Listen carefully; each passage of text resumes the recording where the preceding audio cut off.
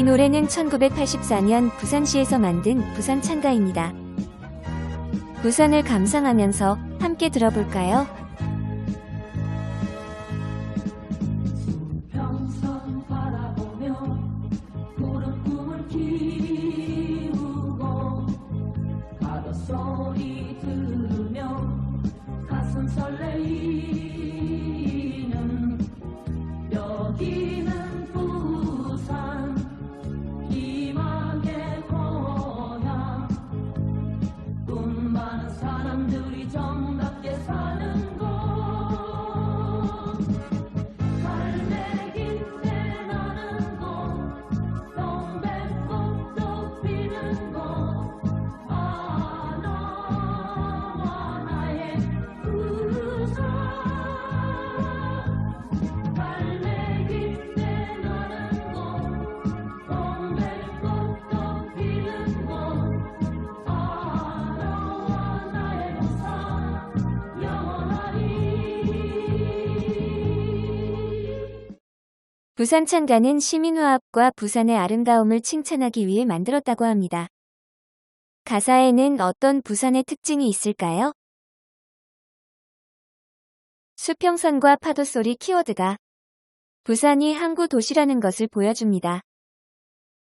한국을 대표로 상징하는 꽃은 무궁화인데요. 부산시를 대표로 상징하는 꽃은 바로 동백꽃입니다. 또한 부산시를 상징하는 새는 갈매기인데요. 부산 갈매기를 줄여서 북이라는 부산 캐릭터도 있습니다. 부산 갈매기 북이 귀엽죠? 자, 그렇다면 부산을 더 깊이 만나볼까요? 부산에는 유명한 곳이 참 많은데요. 이번 영상에서는 부산 사람들에게 친숙하고 상징적인 4곳을 소개하겠습니다. 첫 번째로 소개할 곳은 해리단길입니다. 해리단길은 서울의 경리단길에서 이름이 유래되었습니다. 부산 지하철 2호선 해운대역 뒤편에 위치하고 있는데요. 이 지역 이름인 해운대의 앞 글자 해를 따서 해리단길이 되었습니다. 해리단길은 사라진 철길 옆 오래된 동네가 명소가 된 곳입니다. 오래된 동네가 어떻게 부산의 명소가 되었을까요? 옛날에는 해운대 기차역과 함께 이곳에 원래 기차가 다녔어요. 하지만 오래되고 많이 낙후되어서 다른 곳에 새롭게 길을 만들었고 이곳의 기차는 역사 속으로 사라졌습니다. 기차가 사라진 후 이 철길을 가로질러서 사람들이 동네로 쉽게 갈 수 있게 되었고 이후 이곳을 찾는 사람들이 조금씩 늘어나기 시작했습니다. 사람의 발길이 많아지면서 동네에 점점 예쁜 카페와 식당이 생기기 시작했고 입소문이 나면서 지금의 해리단길이 되었습니다. 해리단길 함께 가볼까요?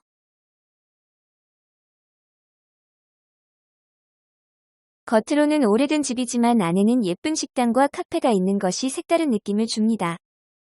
해리단길의 대부분 가게는 집을 개조해서 만들었어요. 또 골목 구석구석에 다양한 가게들이 있습니다.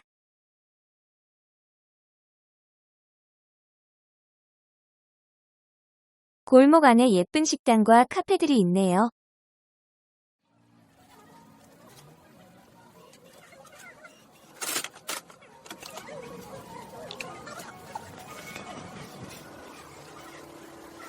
낡은 마을에서 하나하나 작은 변화가 모여서 명소가 되어버린 곳.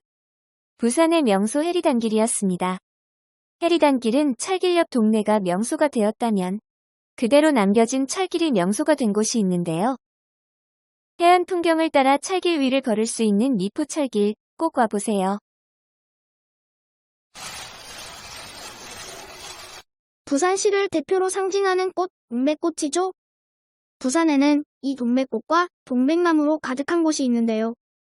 바로 동백섬입니다. 동백섬 안에 무엇이 있을지 한번 둘러볼까요? 첫 번째는 동백섬의 랜드마크 무리마로 에이펙 하우스입니다. 이곳은 2005년 부산에서 열린 제13차 에이펙 정상회담 회의장으로 에이펙 정상회담 회의를 위해 세운 건축물입니다. 순수 우리말인 무리마로 에이펙 하우스를 조합해서 세계 정상들이 모여 에이펙 회의를 하는 집이라는 뜻을 가지고 있습니다. 기념관을 지나 회의장으로 들어갑니다. 노리마루 에이펙 하우스는 에이펙 정상회의장 중에서 가장 자연과 지역이 아름다운 곳이라고 평가받은 곳입니다. 이번에는 하얀 등대가 있는 전망대가 보입니다. 부산은 바다로 유명하죠? 동백섬은 한국의 대표 바다 중 하나인 광안리와 해운대를 모두 볼 수 있다는 것이 특징입니다. 이쪽은 광안대교가 있는 광안리 바다이고 이쪽은 해운대 바다입니다.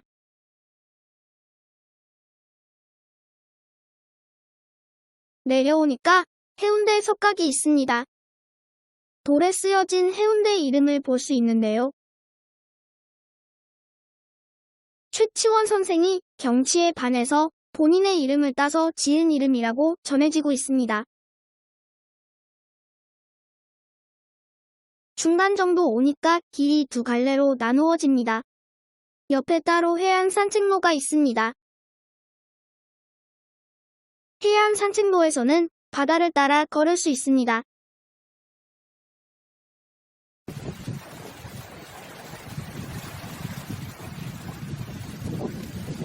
동백섬의 마지막 인어공주 황옥공주상이 보입니다.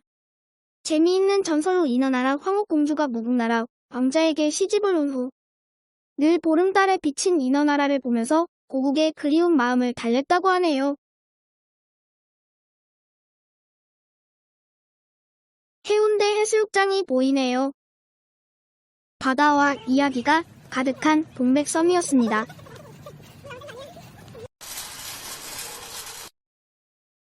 유엔기념공원에 대해 소개하겠습니다. 유엔기념공원은 지금으로부터 70년 전인 1951년 1월 유엔 군사령부에 의해 조성이 시작됐습니다. 함께 입장하겠습니다. 어디를 먼저 가볼까요?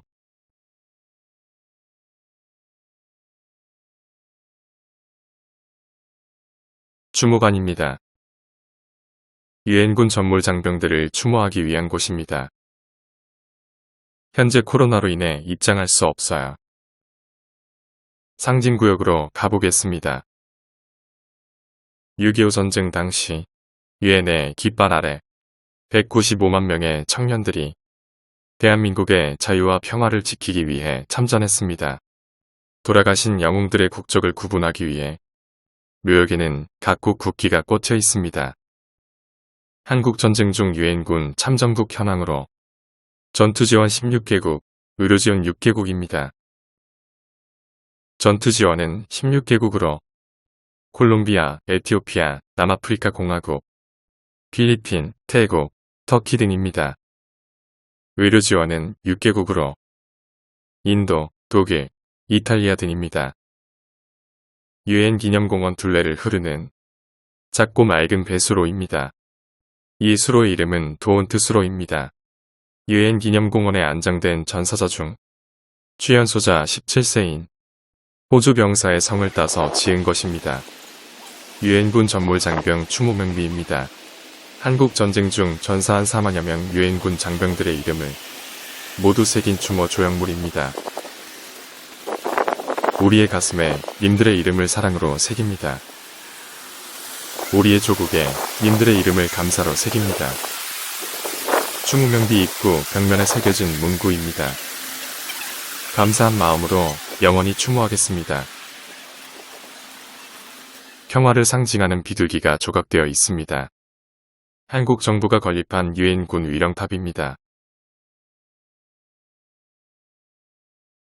벽면에는 나라별로 도와준 내용과 전사자 숫자가 동판에 새겨져 있습니다.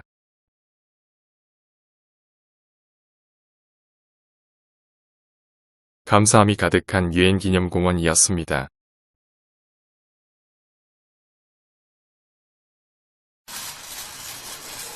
부산 남포동에 있는 백화점의 옥상 전망대입니다. 부산타워는 엘리베이터를 타고 꼭대기에 올라갈 수 있어요. 신선한 해산물을 파는 자갈치 시장입니다. 저 멀리 보이는 다리는 영도에서 송도로 가는 남항대교입니다. 1934년에 만들어진 영도대교입니다. 옛날 이름은 부산대교였어요. 배가 지나갈 수 있게 다리 한쪽을 들어 올릴 수 있어요.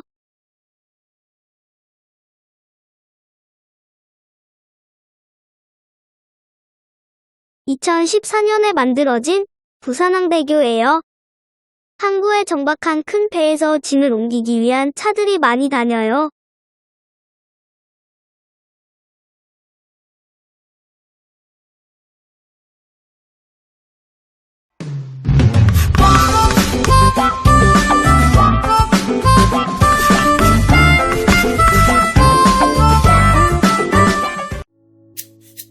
수평선 바라보며 푸른 꿈을 키우고 박소리 들으며 가슴 설레는 여기는 부산 희망의 고향 꿈 많은 사람들이 정답게 사는 곳 Let's go. 파랗게 칠해진 바다가 하늘에 푸르른 하늘은 내 안에 퍼지는 여기는 부산 희망의 고향